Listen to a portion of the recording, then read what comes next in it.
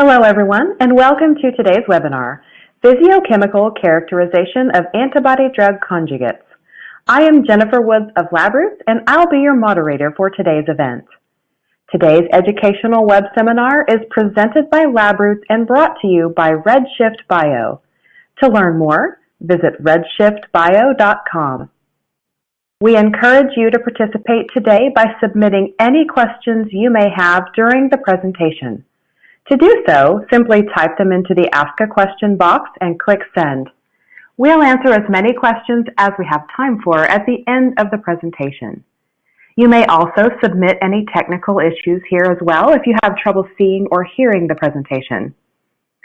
I'd like to now welcome our speakers, Dr. Shawn C. Owens, Assistant Professor, Department of Pharmaceutics and Pharmaceutical Chemistry, Adjunct Assistant Professor, University of Utah, and Dr. Jason Lin, Senior Field Application Scientist at RedShiftBio.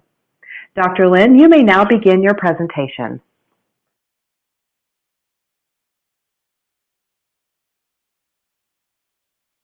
Thank you for the kind introduction. So today's presentation, we'll be talking about Microfluidic Modulation Spectroscopy and AQS3 Pro.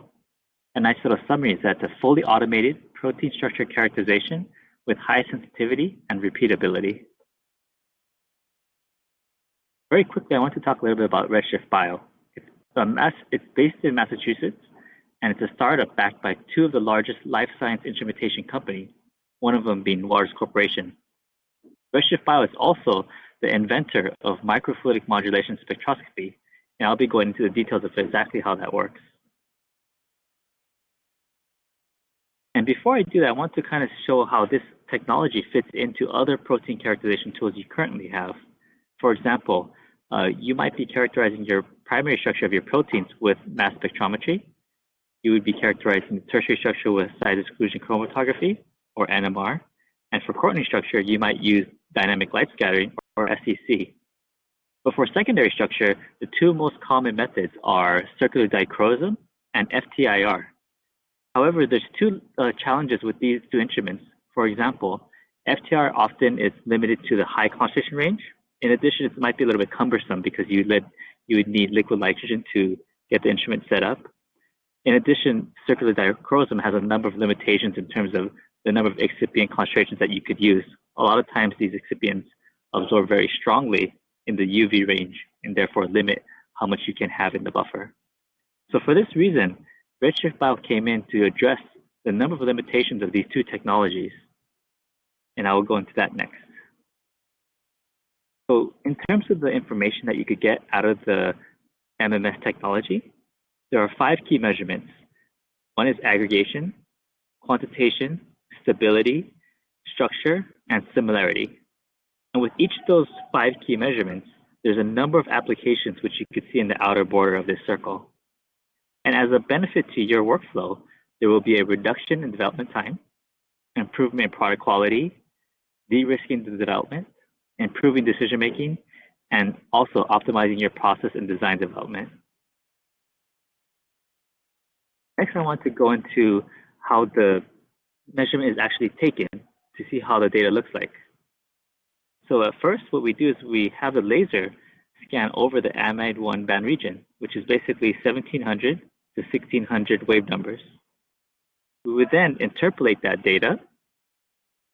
Next, we will take the second derivative of that data to emphasize the structural features. Next, we flip that spectrum along the x-axis, basically flipping it upright. And then finally, we fit Gaussian curve peaks to the spectrum. And in literature, specific type of secondary structures like beta sheets and alpha helix structures absorb at specific wave numbers. We are therefore able to integrate each of these Gaussian peaks and figure out what are the relative amounts of beta sheets we have, alpha helical structures, turns, and unordered.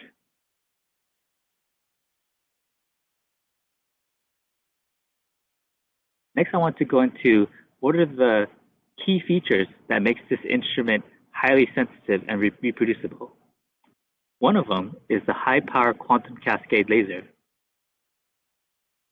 And just as a quick review, in this amide 1 band region, between 1600 and 1700, we're specifically looking at this carbonyl stretching. And this carbonyl stretching can be redshifted or blue-shifted as it hydrogen bonds with the amide group. And that could form alpha helical structures and beta sheets, each of them which have their own absorption profile. And then going back to the laser, the nice thing about this laser is that's than an FTR light source. And the benefit to the user is that there's no need to have liquid nitrogen for an ultra-sensitive detector. Our detector actually works at room temperature. Another consequence of the high-intensity laser is that it's 30 times more sensitive than the conventional FTIR. As a consequence, we're able to measure at very low concentrations of 0.1 mg per ml all the way up to 200 mg per ml. And this is really great because with one instrument, we're able to cover the full range of types of concentrations you might work with from early stage development to late stage development. Okay, next I want to go into the microfluidic flow cell. And this is basically the heart of the instrument that really enhances the reproducibility of our measurements. So in our instrument, the sample will be picked up in addition to the buffer. Both of them will be delivered into our microfluidic flow cell, which you see this Y shape here. They will then be modulated back and forth in this flow cell. And during that time, we're collecting the spectrum in the amide 1 band region. And the really nice thing about this setup is that the path length is the same for the sample solution and the buffer, so that reduces variability. In addition, we're able to instantly background subtract the buffer live all the time, so we don't have to worry about laser drift between the two different measurements. And as a consequence, the replicate measurements are highly reproducible. We often see similarity scores above 98%. Okay, and another challenge for the industry was also automation. So for that reason, our instrument is capable of working with 24 and 96 well plates. So it's very easy for the user to load the samples in the buffer, load them into the instrument, and walk away. For those longer runs, there's also the capability of cooling down the well plate to 10 degrees to keep the samples nice and cool. The software, I feel, is very great. It's actually very simple, yet very robust and capable of pretty much doing everything you need, from setting up the run, processing the data, and generating figures for you. There's also the capability of remote access. So for those days where you can't have too many people in the lab, or you need to step out of the lab, you can still remotely access the instrument to check the progress from your laptop, office desk, from even your phone. In addition, a nice feature about the software is it has error detection. So at any point, if there's any error that occurs, it can actually send you over an email to let you know that you should probably log in and check the system. Lastly, there's also the ability to recover samples. And this is very important when you have those very expensive precious samples, where you could actually recover those and then reuse the sample. And our technique uses infrared radiation, which is very nice for the sample, which doesn't change it. Okay, so let's go next into the software.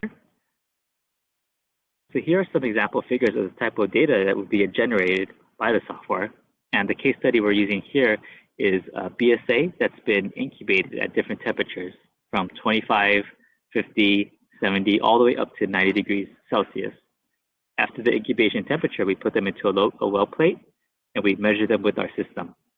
And you can see here, we have the differential absorption, which is basically the absorption of the sample solution minus the absorption of the buffer solution. So we only have the absorption of the sample here. What we then do is we normalize by concentration to get our absolute absorption. And during this process, we're also generating a quantitation curve.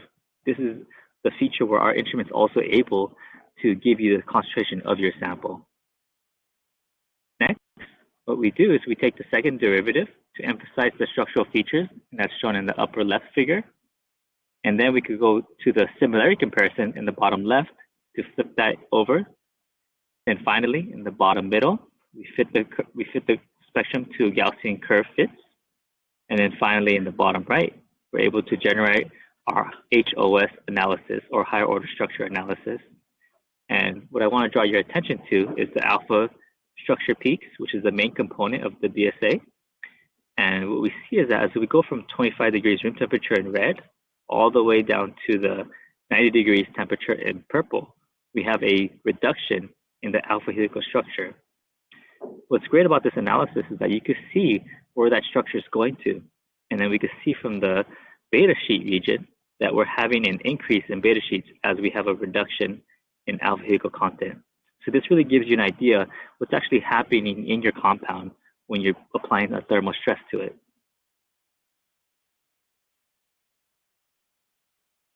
And taking a step back, this technology isn't here to replace other ones that you currently have in your lab, but rather it not only provides an orthogonal technique to look at a secondary structure, but it also is very complementary to other techniques that you have.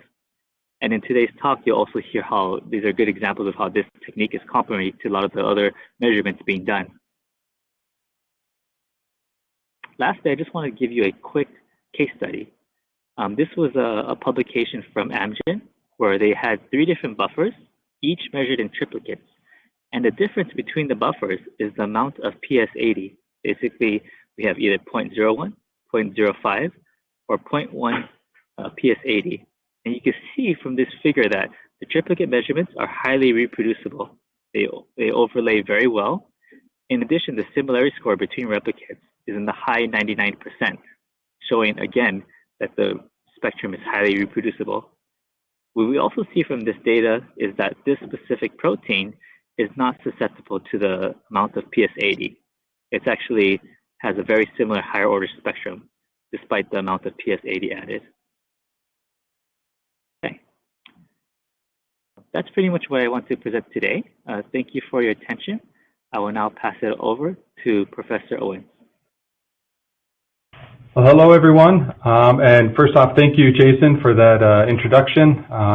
I've known many people at RedShiftBio over the last couple of years, John, Alibo, and several others, and now Emily and yourself, and really enjoyed all these interactions with each one of you. So thank you again, and really thank you for the team at RedShiftBio for giving me the invitation to talk about some of the work that we've been doing in looking at these antibody drug conjugates, how we've been characterizing them, and then I'll talk a little bit about some of the future work that we want to expand into other kind of biomacromolecules and how we'll use the techniques that I talk about today to do some more in-depth characterization of those evolving systems. So by way of introduction, just again, my name is Shawn Owen. I'm an assistant professor at the University of Utah. My main appointment is in the Department of Pharmaceutics and Pharmaceutical Chemistry. I also have adjunct appointments in departments of internal medicine, biomedical engineering, and medicinal chemistry. Unfortunately, I don't get any additional pay for those adjunct positions, but it does give me access to really excellent students with really diverse backgrounds. So I do find a lot of value in that. So as the title suggests, I'm going to talk about antibody drug conjugates today. For those of you that might not be aware, I hope most people by this point in time do know what an antibody drug conjugate is. But I wanted to tell you a little bit more about especially why we want to look at the characterization of these molecules, not only for an academic pursuit, but also in terms of what is the totality that the FDA is looking for when characterizing these for new investigational drugs, or even maybe eventually we'll start to get onto these follow-on biologics and these biosimilars. So when the FDA recommends the structural characterization, they really focus on a few different parts. One that it seems pretty obvious is the primary structure. For an antibody drug conjugate, though, when we think of what does primary structure mean? Well, according to the FDA, antibody drug conjugates are both a drug and biological molecules. And the fact that the FDA did add that exclamation point on their own, I think it means that they really do feel this way. So it's not just me annotating. But what we want to think about is what are the relationships between the small molecule and the large molecule? How do we separate them and look at them from many different techniques? So when we think of the primary structure, what we're really trying to think about is not only what does the antibody itself look like, but what is the drug to antibody ratio? So what that means is how many drugs are there on the antibody and where are they distributed throughout this molecule? And I apologize for the typo there. It should say ratio, not ration. or ration, but that happens. So the next thing we want to look at is secondary and tertiary structures. So what that means is what is changing for the monoclonal antibody, this parent biological molecule, and as we start to attach usually hydrophobic drug molecules, what happens to the system, and does it change any of the properties in both in structure, but then what does that affect? So we want to make sure that these are reproducible. So it's not necessarily end game if there is a change in the structure, but it more is concerned that it's a reproducible change for each time we do these conjugations or these formulations. Also want to be very careful about any kind of fragmentation or aggregates. When we do the conjugation, does it lead to some part of the antibody being lost, especially when we're doing things where we're reducing disulfide bridges that I'll talk about a little bit later on. But also, again, because a lot of these small molecule drugs are relatively hydrophobic, does this lead to aggregation that really would be a major problem and a roadblock in using any of these for any therapeutic purpose?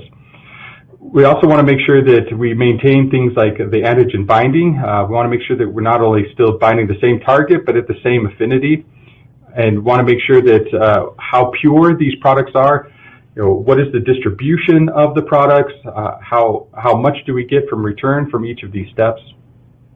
Another thing that the FDA started to focus on a lot more recently is the amount of free monoclonal antibody and the amount of free drug. So even though we think that all of the small molecule drug that we put in there will be conjugated, it turns out that some of that just gets associated with the large proteins, but never really is conjugated. And we can tease these out, and these become a little bit problematic with some of the dosing, especially for what the value of an antibody drug conjugate in this targeted delivery. If we have this free drug floating around, it really doesn't serve any good purpose. And the FDA has really come down a little bit harder recently on that aspect as well. But this is not an exhaustive list. Again, we're looking for totality, and that really means what can we do, how many different techniques can we use to make sure the system is highly characterized, and that we can make sure that from batch to batch, from different sites, that these all aspects are all very reproducible. So a little bit more background. The antibody drug conjugates that are currently clinically available, this has changed a lot in recent years. You can see the main kind of two different chemistries that exist are either reacting through lysines, as you can see on the left, or through the interchain disulfides that are on the right. Now, there are several products for each one of these. You can see some of the earliest, like amylotarg and Kadcyla. They really relied on conjugation through these lysines compared to the earliest versions for the disulfide, like Etcetris. But what you can automatically see is if you look at the left-hand side with these lysines that are highlighted in red, there's quite a few lysines on the typical IgG, especially IgG1s, usually about 90 lysines spread throughout that molecule. So you could imagine that a drug potentially could be at any one of those sites. So how is that distributed? How many drugs are on there are very important as we characterize these molecules. And on the other hand, with the disulfide chains that you can see on the right, there's less of them. There's 4 interchain and 8 intrachain disulfides. And for each one of these locations, they need to be reduced, and then we have some kind of a reaction that will place the drug molecule at that position. But these, although they have a little bit higher specificity in terms of where the drugs are going to be located, there is a potential for different kinds of structural changes that would happen because of reducing that important structural motif of an IgG. Now, even in just a short amount of time, since I've presented some of this material in just the last year, several other products have already come online. And so we've seen another lysine-based, and we've seen 2 additional sulfide, these thiol-reactive antibody drug conjugates, including one that was just approved last week. So this is a really rapidly moving field. Now, today I'm only going to talk about the lysine conjugations. I think that was kind of the first generation of antibody drug conjugates that we see. And now the second wave that we see are a lot of these interchain disulfides. And then the next wave that we're going to start to see are really site-specific conjugations, things like thiolmab, where there's unpaired cysteines that have been incorporated, or other unnatural amino acids, or some other enzymatic ligation techniques that are coming on board. It's my opinion that each of these have their pros and cons, but that what is important to me is that setting up a kind of set of techniques that can be used to investigate some of these different structural and functional components of the antibody-drug conjugates, regardless of how they are formed or what specific chemistry is used in making them. So you can imagine just a little bit more about the different types of conjugation chemistry. If you look at the left-hand side with the lysine conjugations, it is non-specific, so usually an activated ester, like a succinimide ester, will react with any of the exposed lysines that are on the antibody backbone, and this can lead to usually a more broad distribution of the DAR, this drug-to-antibody ratio. Usually, it turns out batch to batch, although we do see this distribution, it's a reproducible heterogeneity. So each time we see the same kind, or at least we want to see the same kind of distribution. With the disulfides, what we often see is we will see a distribution, but they're almost always paired in twos. This is not universally true, but often true that we'll see, 2 drugs, 4 drugs, and that's because each time we reduce a disulfide, there's 2 different reactive sites, reactive thiols that we produced. Again, this can be a little bit heterogeneous, but we want to really search for that reproducible heterogeneity with batch to batch. And also, what do these conjugations do to the molecule? And one thing that we were curious quite early on is, does the conjugation or purification method that we actually use alter the product composition? What I'm talking about specifically is, especially with purification, a lot of ways that antibodies and antibody-drug conjugates are purified are using some kind of affinity chromatography, like protein A or protein G or hybrids of those that have an interaction with the antibody itself. You can see from the structure on the left that protein A binds to human IgG at several conserved sites. There's 1 on each of the Fabs, and then there's 2 on the Fc domain. What's important is that if we're thinking about these lysine conjugations, that there's several proximal lysines to the binding site of the protein A. So there's this chance that the drug and the protein A might have some kind of conflict. If there's a drug attached to one of those lysine positions, does that affect what product we're able to purify?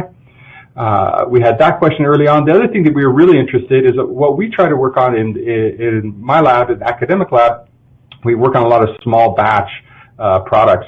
And so we really wanted to be able to come up with a way to do very small, 100 microgram levels of conjugation instead of having to use milligram scales for some of the work that we're doing.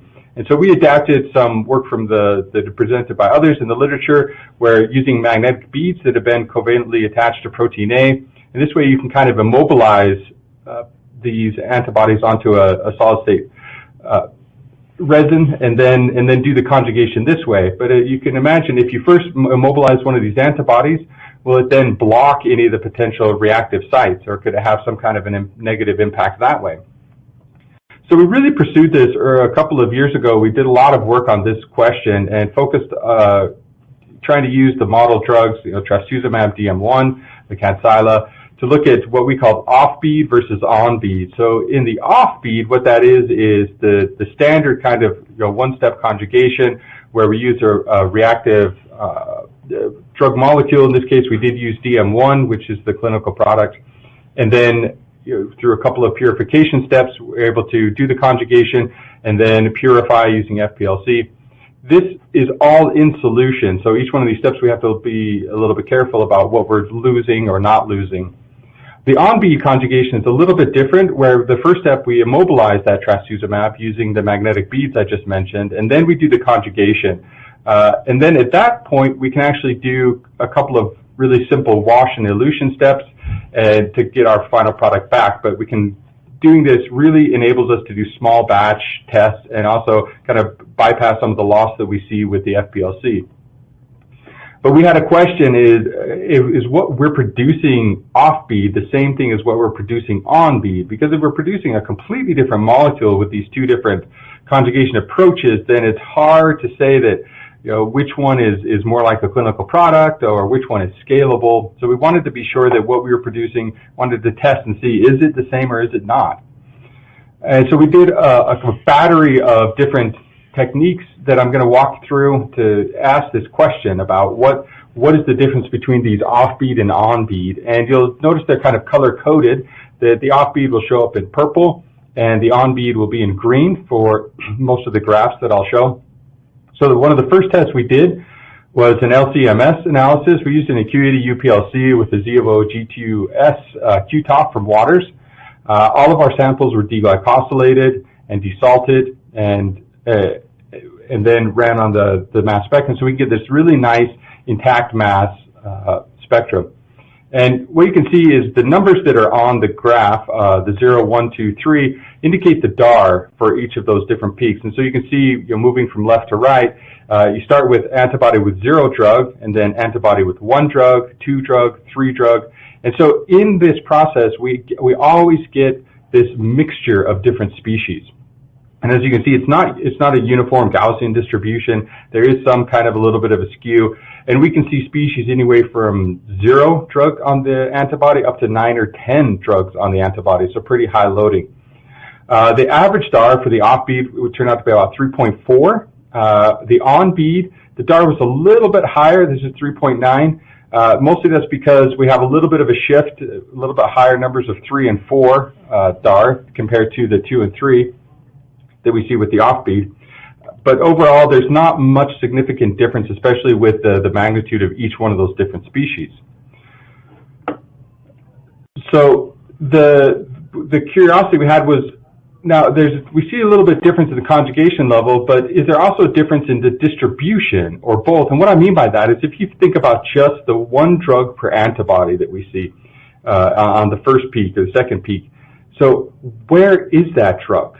So just doing an intact mass spectrum like this, you can't tell where on the antibody that actually is. It's not going to resolve those isomers. So we need to do an additional step to try and figure out, of those species, where are those drugs distributed throughout the monoclonal antibodies. And so we did some peptide mapping. We did a digest using trypsin. This is really useful because trypsin will cleave just proximal to a lysine, and so if that lysine is conjugated with a molecule, a small molecule drug, then it will no longer be able to cleave at that site. And so you can really start to map and figure out where the drugs are on these different lysines. And what you see along that, the axis there is the actual lysine numbers. So these are the heavy chain and the light chain kind of combined here, where what we're really curious about is not so much where they show up, but is there a difference in where they're showing up. And we were actually able to find, and Waters did some really elegant work earlier on, where they could find some level of conjugation at almost every lysine.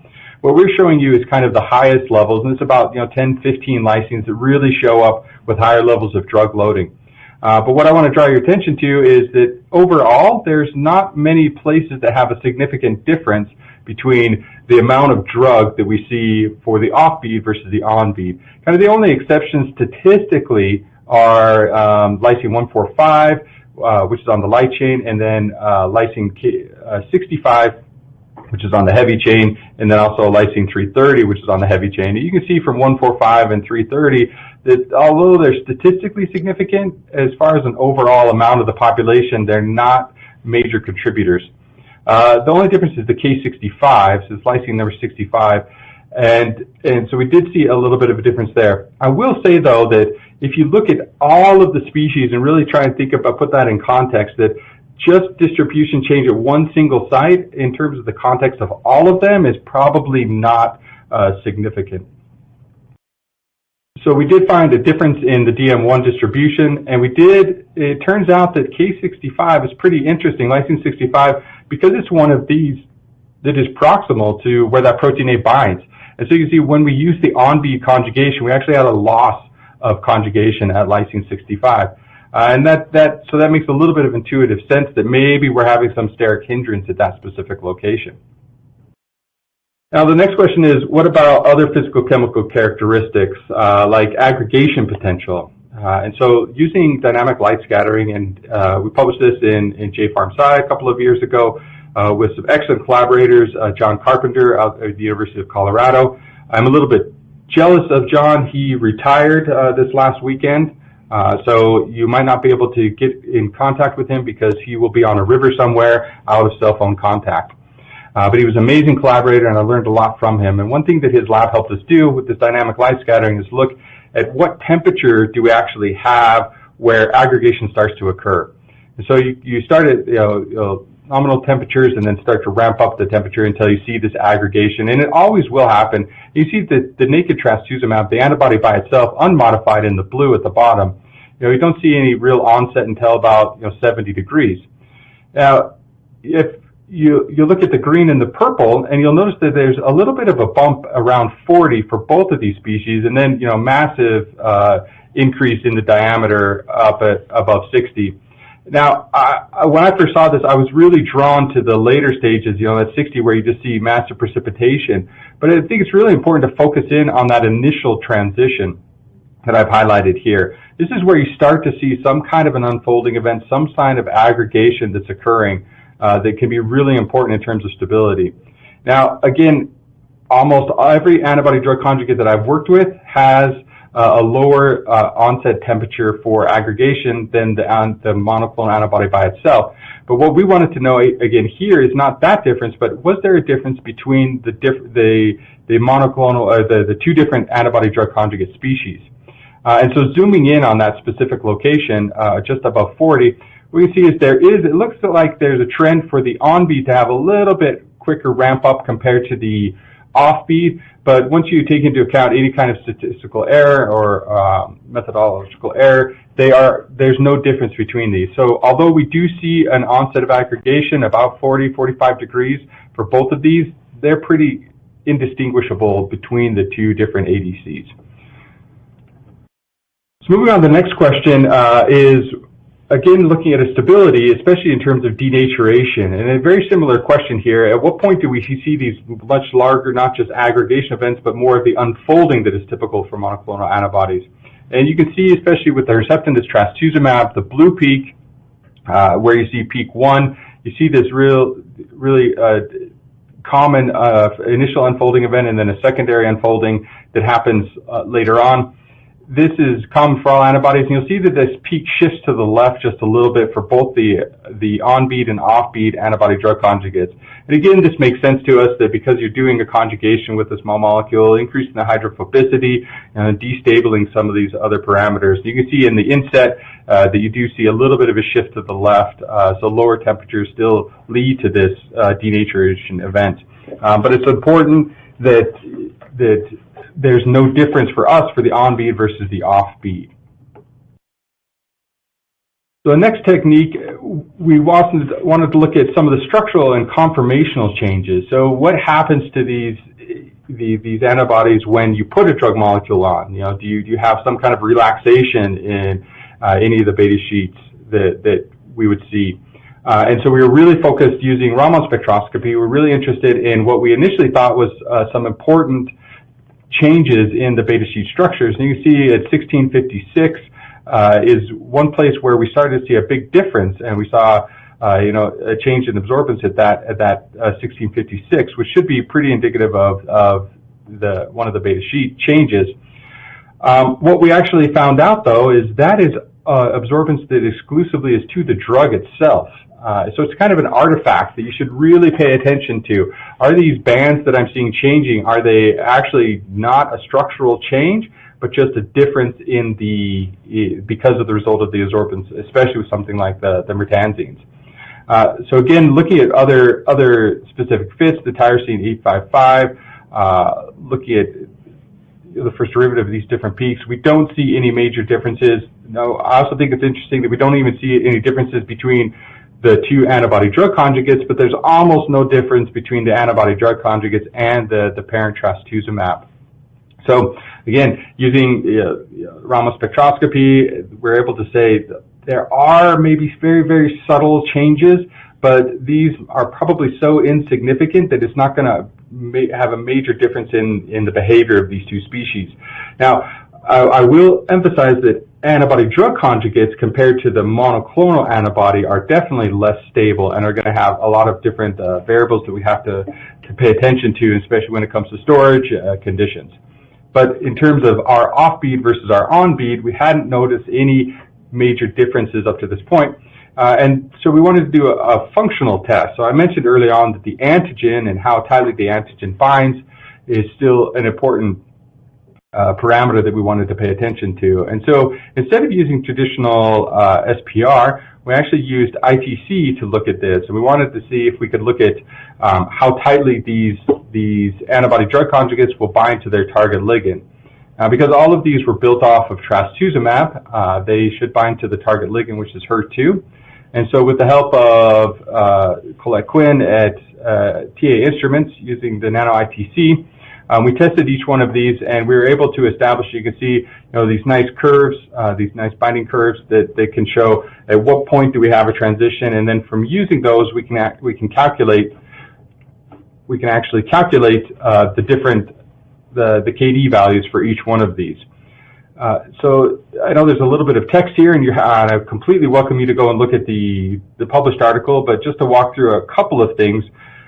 In terms of KD, we see a tiny bit of a difference, but in taking into account any kind of standard deviation, we don't see any significant differences in the binding affinity compared to the trastuzumab compared to any of the ADCs. And because of that, we see also no difference in the binding affinity of those ADCs.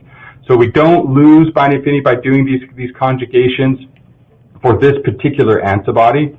And we don't see any difference between the on-bead or off-bead.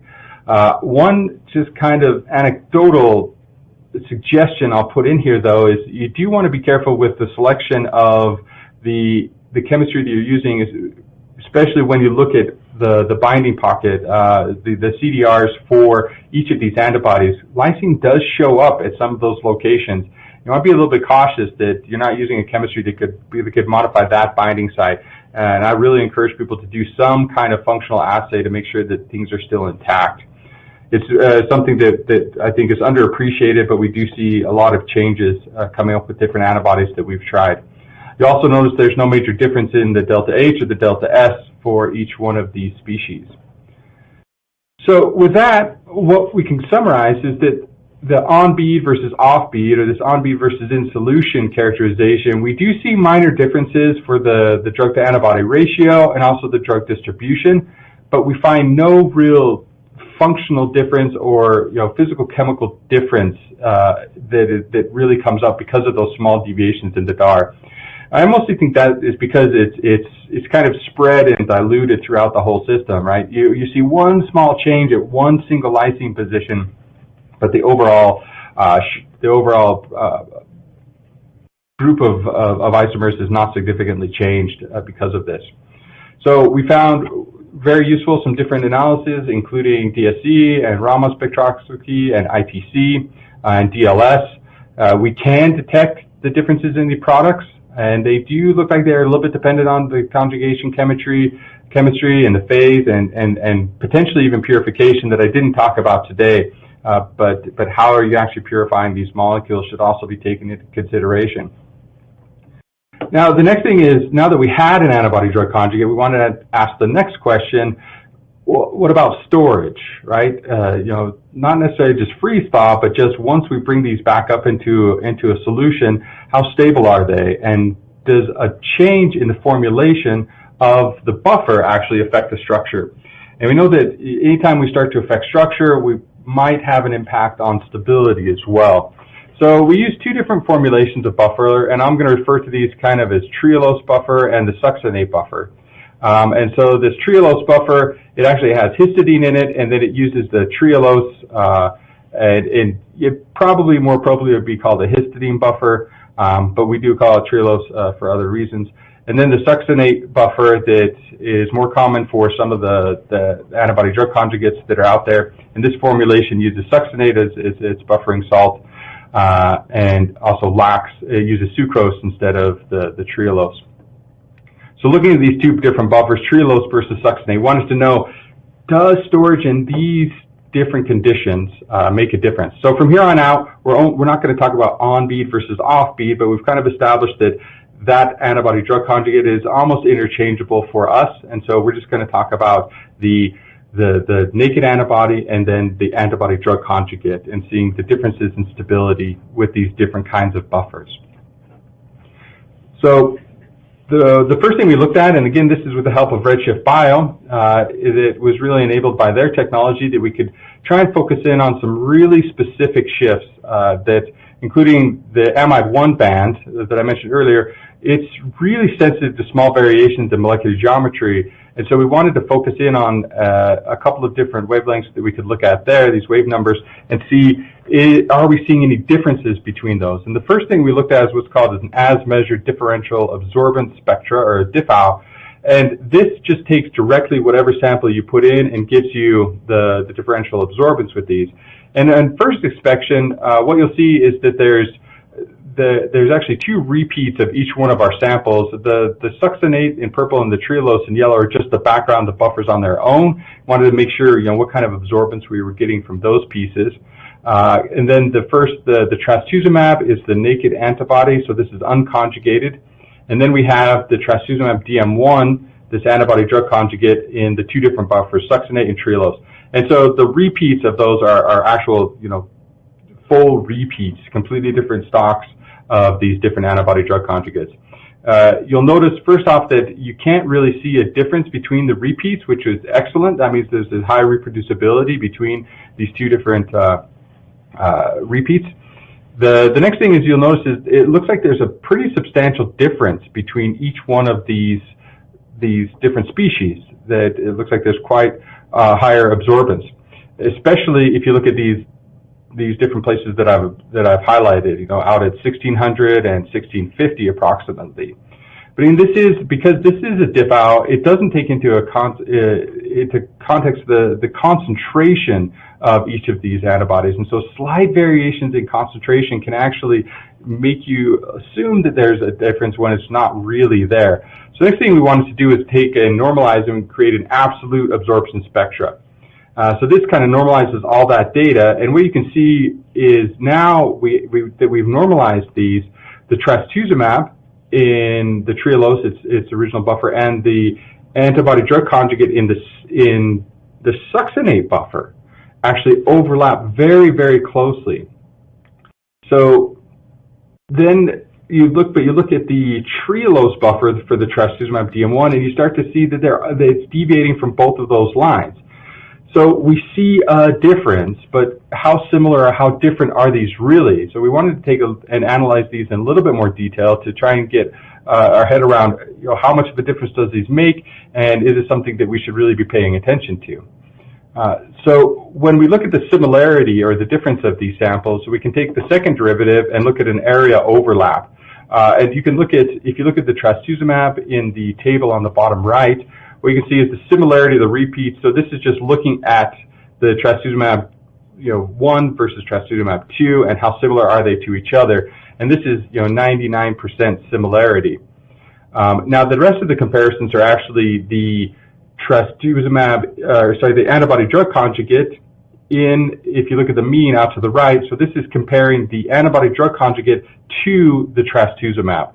So when we see 93.7 similarity, that means the trastuzumab in succinate buffer is almost 94% similar to the trastuzumab, the parent antibody. Now in contrast, when we look at the trastuzumab in the trehalose buffer, we actually see a pretty substantial difference. It's only 90% similarity. That means there's a 10% difference in that antibody-drug conjugate compared to the trastuzumab itself. So almost 4% difference between the 2 different buffers for the antibody-drug conjugates. So then looking a little bit deeper, we took the second derivative of the spectra as well as the delta of the second derivative to really highlight some of the differences and figure out where they're coming from. So if you look at the upper left trace, what you see is we see some major differences at 1689, 1639, and 1614. It turns out that every one of these are actually commonly associated with the beta sheet structure bands. And in this case, it is truly from the beta sheet structure bands, and it's not just from the DM1 that's actually on there. And so what we're seeing is a shift. We're actually seeing a slight, I can't comment whether it's a relaxation or, some parallel shift on the beta sheet structure, but there is some kind of a difference. And we really get this exaggerated and shows how much of a difference it makes when we take the delta of the second derivative, as you see on the bottom left, where that green trace, which is the trastuzumab DM1 in the trehalose, just really kind of blows up. Now, this is really important because the trastuzumab on its own is formulated in this trehalose buffer. And so the first thought would be, okay, I made an ADC, and I should use the same buffer that has been formulated for that parent antibody. And these results suggest that, no, absolutely not. You should not be using that same buffer, but instead something like this, the succinate buffer, and there might be some improvements in choosing different buffers or different excipients that could really help stabilize this even more. But really being a little bit cautious and selective with these different buffers. And again, what this leads to is a lot of times when we see these structural differences that we lead to more aggregation and eventual downstream full precipitation. So again, a summary at this point where we're looking at just these absolute, this is another way to present that same data where you can look at the differences between each one of those species. And so again, just to highlight, especially at the bottom left, we can track the changes of the 3 beta sheet structures and see how much they deviate from the original trastuzumab as we got to the worst of the 2 buffers and see how much they change. So a summary here is that for the buffer composition, that buffer composition does affect secondary structure, and that will impact stability. And we're really seeing that changes in the beta sheet structure are amplified by storage in what we would call a poor buffer. So it's another aspect that I think is really important and probably under-considered in working with ADCs. So with the last couple of minutes, I want to shift directions. Instead of talking about antibody-drug conjugates, I want to talk about some other biomolecules, these fusion proteins that we're really interested in our lab. We've become really interested over the last few years in working with split enzyme systems. And one that we like quite a bit was originally pioneered from Promega. So they have a really nice luciferase called NanoLuc. And this NanoLuc, you can see in the middle, this nice beta barrel structure has been split into 2 different components where they have a large fragment in blue and then this last chain of the beta barrel that they've taken off and done some different changes to, and this creates a split enzyme system. And if you're not familiar with split enzyme system, what these can do is you can really kind of use them to probe protein-protein interactions by appending these different fragments to different molecules of interest. Now, what we found is that we really wanted to be able to take these small molecules and actually conjugate them or fuse them to antibodies for other purposes. But it was a little bit challenging with the large fragments. So what we did in my lab was to take this NanoLuc and actually split it again. So now instead of having just the 2 fragments, we have 3. And if you look closely, you can see that it's basically the last 2 strands of the beta barrel from this apparent NanoLuc luciferase. And what makes this really nice is that then we're able to take these small 11 amino acid fragments and we can fuse these directly to antibodies. So you can kind of see a parallel in the lab. Instead of fusing small molecule drugs, we can actually fuse either genetically engineered or by chemical conjugation. We can add these small tags onto an antibody. And the reason we really wanted to use these was because it enables a new kind of assay. We like to refer to this as a homogeneous immunoassay or a one-step ELISA. So what we envisioned is being able to take an antibody with one small strand attacked and a second antibody with the other small strand, and then we can mix these pieces all together with this large fragment. And then once we put it in the context of an antigen, in this case what I'm showing you is from our first report, we're looking at monitoring HER2, this biomarker, where as soon as HER2 is present, then both of these antibodies will bind to adjacent epitopes and the full enzyme will refold and become active. So this is a one-step ELISA where you just take your serum or whatever your sample is, mix it in with these components, and if your antigen is present, it will quantitatively bind and give a signal that you can use to quantify the amount of that antigen that is present. Now, we've actually just recently taken the same approach, and like everybody else, we've been really focused on COVID and trying to adapt some of our systems to help with this problem. And so what we did is reformulated it where you can see in the orange and kind of the pink, these same fragments of the split luciferase, and then the gray is that larger fragment. But what we've done is we've taken and fused those to an antibody binder and to the target antigen itself. So now what happens is we can actually sandwich the analyte, which in this case is an antibody, between these two parts. So saying that another way, what happens is if there's an antibody present, then one part of the antibody will bind to its target antigen, which has half of the split luciferase, and then another piece will bind directly to the antibody. And in between that, you get an active luminescent, so this luciferase.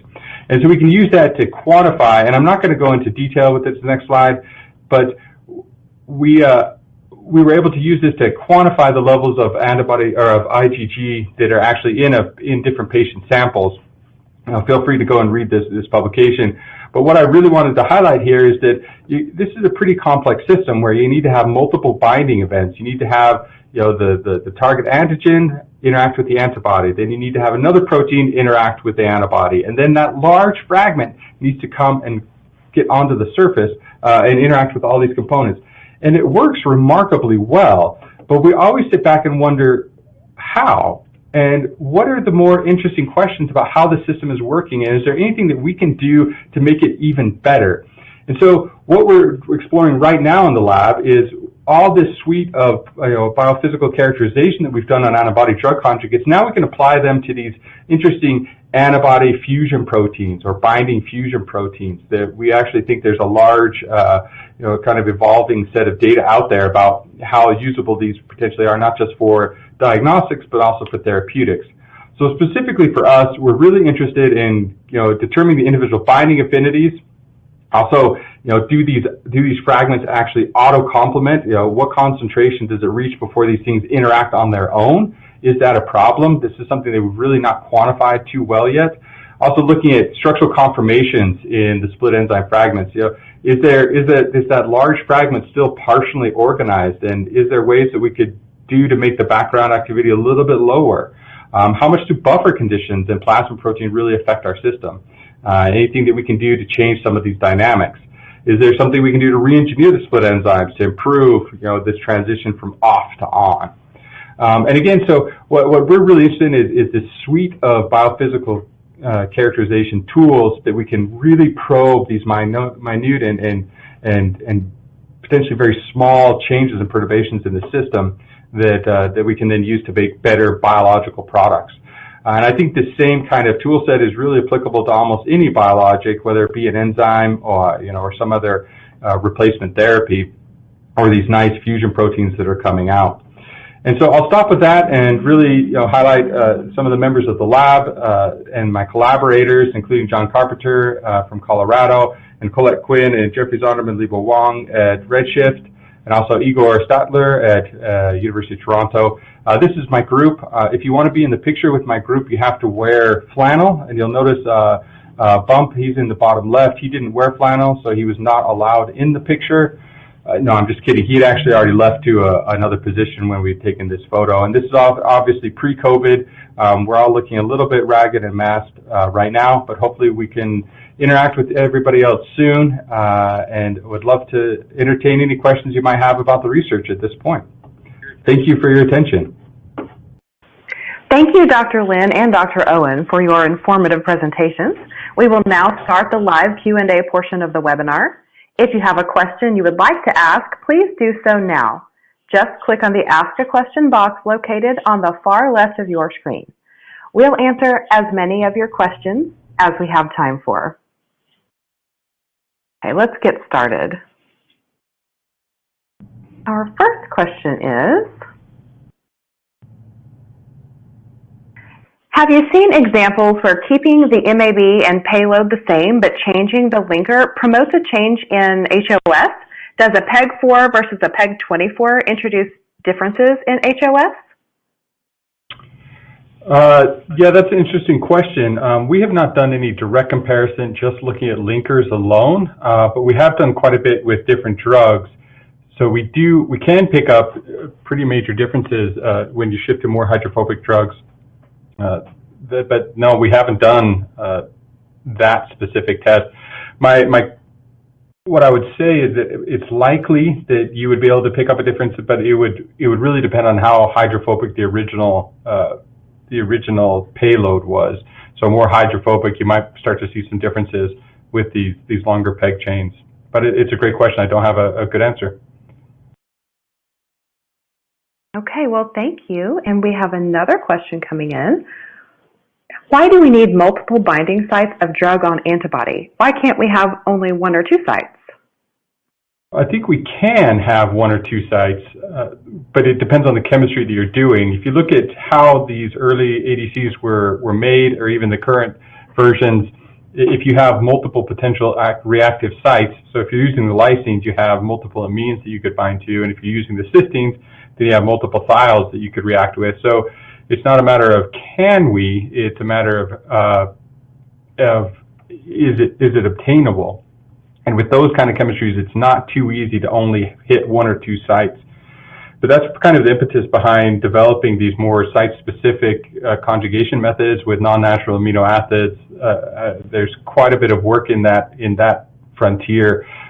Again, referring to things like Thiomab or Sutro or other companies that are developing these kind of techniques to just lock one or two onto the antibody.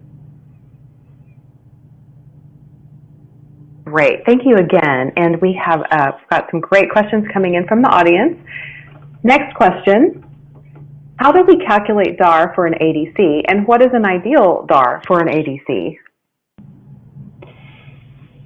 Yeah, that's also an interesting question. I think that there's quite a bit of work on pharmacokinetics.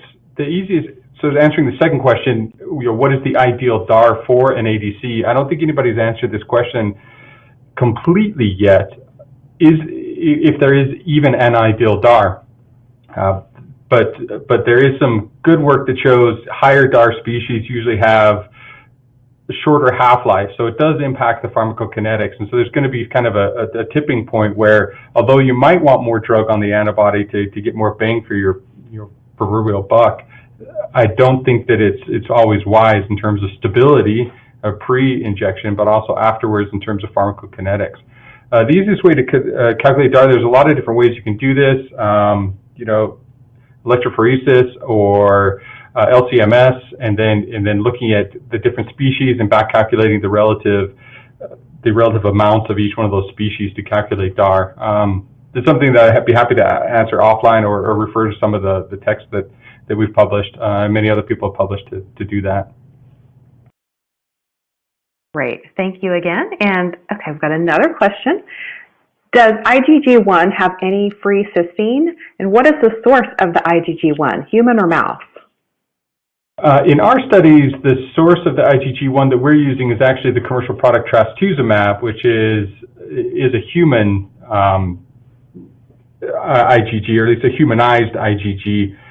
So most of it is a human. The scaffold, all of the constant regions are human. And so those IgG1s do not have any free cysteines. They are all paired cysteines. I think you're kind of going on to kind of an interesting question. Do we see differences between IgG1 for human versus mouse? In general, no, in terms of chemistry and conjugation. There are a little bit, some truncations in between the differences, but also a lot of times with IgG2, you can get some pretty major differences for what, how many drugs are being locked on, but that's more because of the number of cysteines that you're seeing. Great. Okay, next question. Is there any water vapor subtraction applied to the MMS spectra?